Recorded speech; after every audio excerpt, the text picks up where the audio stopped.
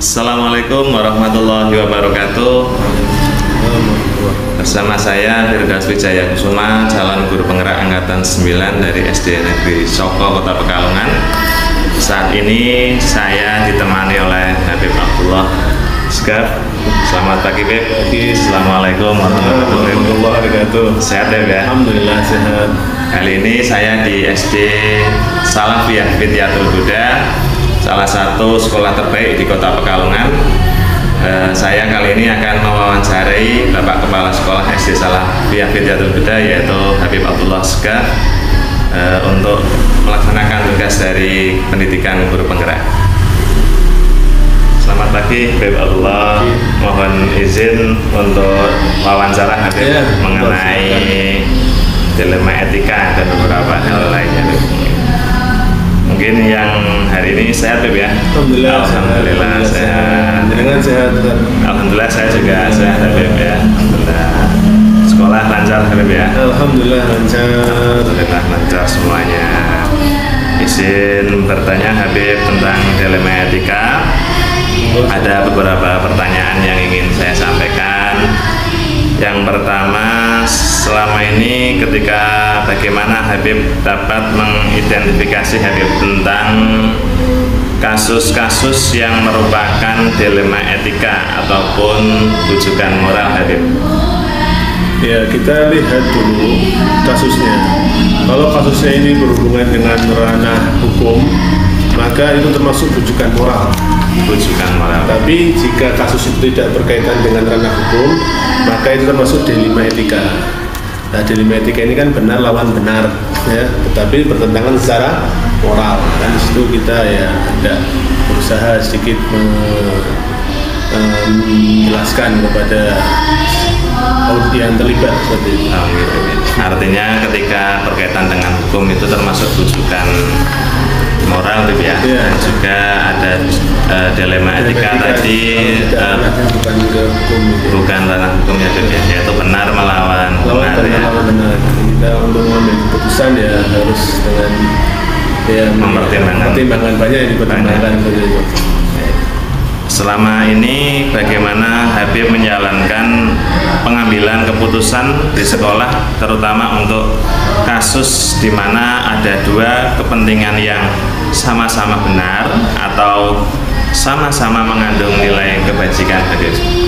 Menurut saya ketika ada kasus yang menyangkut dilema etika, pengambilan keputusan yang kita lakukan harus menjunjung tinggi nilai-nilai kebijakan seperti kejujuran, keterbukaan, keadilan, kemanusiaan. Karena setiap keputusan pasti tidak akan bisa memuaskan semua pihak.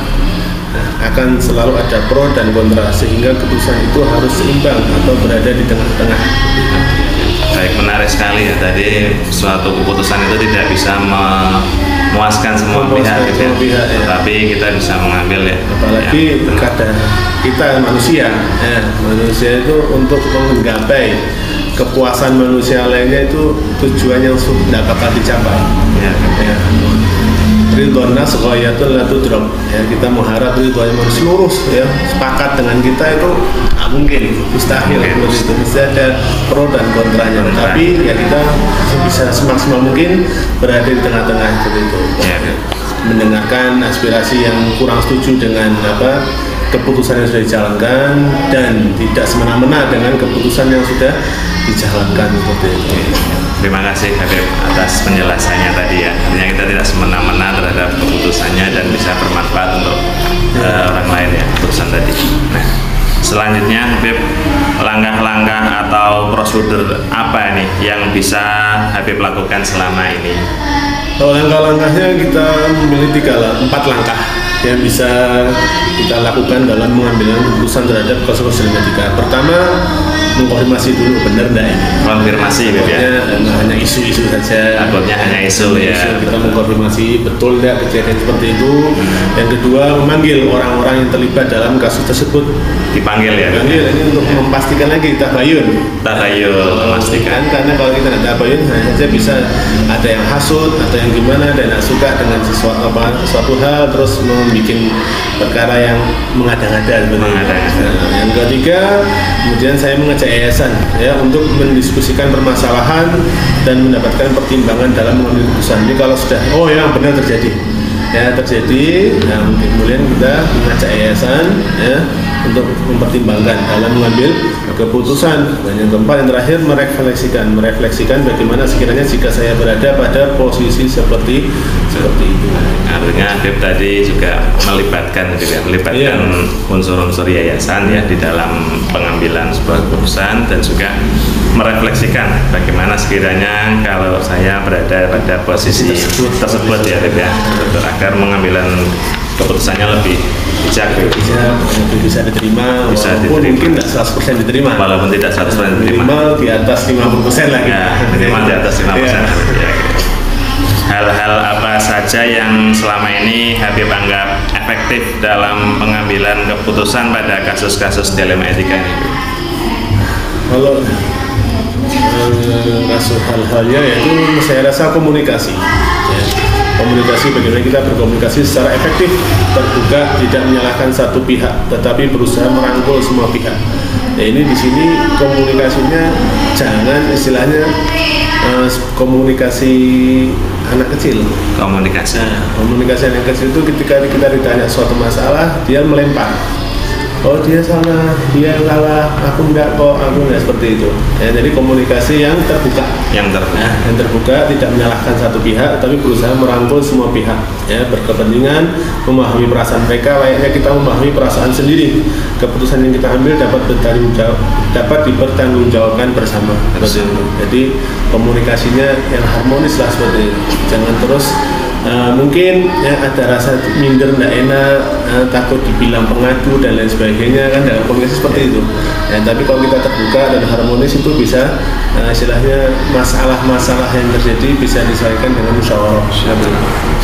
Artinya kuncinya di komunikasi ya, komunikasi yang efektif ya, yang merangkul semua yang terlibat ya. Kalau kan kalau kita tidak secara efektif, akhirnya kan tidak bisa tuntas masalahnya dan bisa salah dalam mengambil keputusan, mengambil keputusan. Komunikasi yang tidak efektif tadi. Ya, betul. Terima kasih. Kemudian Habib, apakah Habib memiliki jadwal tertentu Habib dalam sebuah penyelesaian kasus dilema etika? Apakah langsung menyelesaikan di tempat atau memiliki sebuah jadwal untuk menyelesaikannya?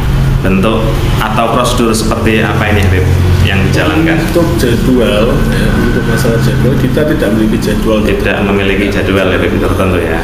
Tapi ketika ada kasus dilema etika, kita segera mungkin untuk menyelesaikannya supaya tidak berlarut-larut. Tidak berlarut-larut berarti langsung diselesaikan Habib ya. Makanya ini ada hubungannya lagi dengan komunikasi tadi. Kalau tidak ada komunikasi, berlarut-larut ini ya, berlarut-larut terus tidak selesai. Akhirnya tambah masalah baru supaya tidak berlarut. Mengenai prosedur sebelum mengambil keputusan, saya harus mendiskusikannya atau sharing ya, dengan yayasan sekolah untuk sebelum memutuskan, karena ini mengaku kepentingan sekolah. Karena terkait dengan kepentingan sekolah ya. Sehingga tadi Habib mengatakan tidak ada jadwal, namun langsung ketika ada permasalahan tadi langsung diselesaikan Habib supaya tidak terlarut-larut masalah baru, dan juga mendiskusikannya dengan yayasan sekolah tadi.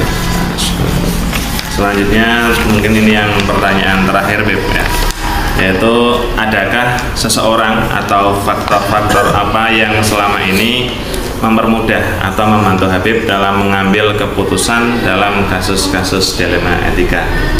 Ya tentu terutama para dewan yayasan ya, sedangkan faktor-faktor yang lain seperti komunikasi yang baik dan efektif dengan semua pihak, sikap terbuka, kejujuran, ini penting, kejujuran, keadilan, saling menghormati, saling menghargai, tidak saling menjatuhkan ya, ini kan yang kita sama-sama inginkan, saling menjatuhkan sama lain ya, karena hasut ya, itu yang tidak boleh seperti itu.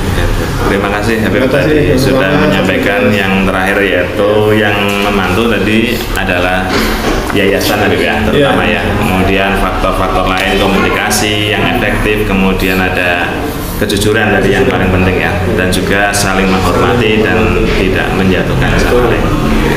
Terima kasih Habib Abdullah atas waktunya. Terima kasih.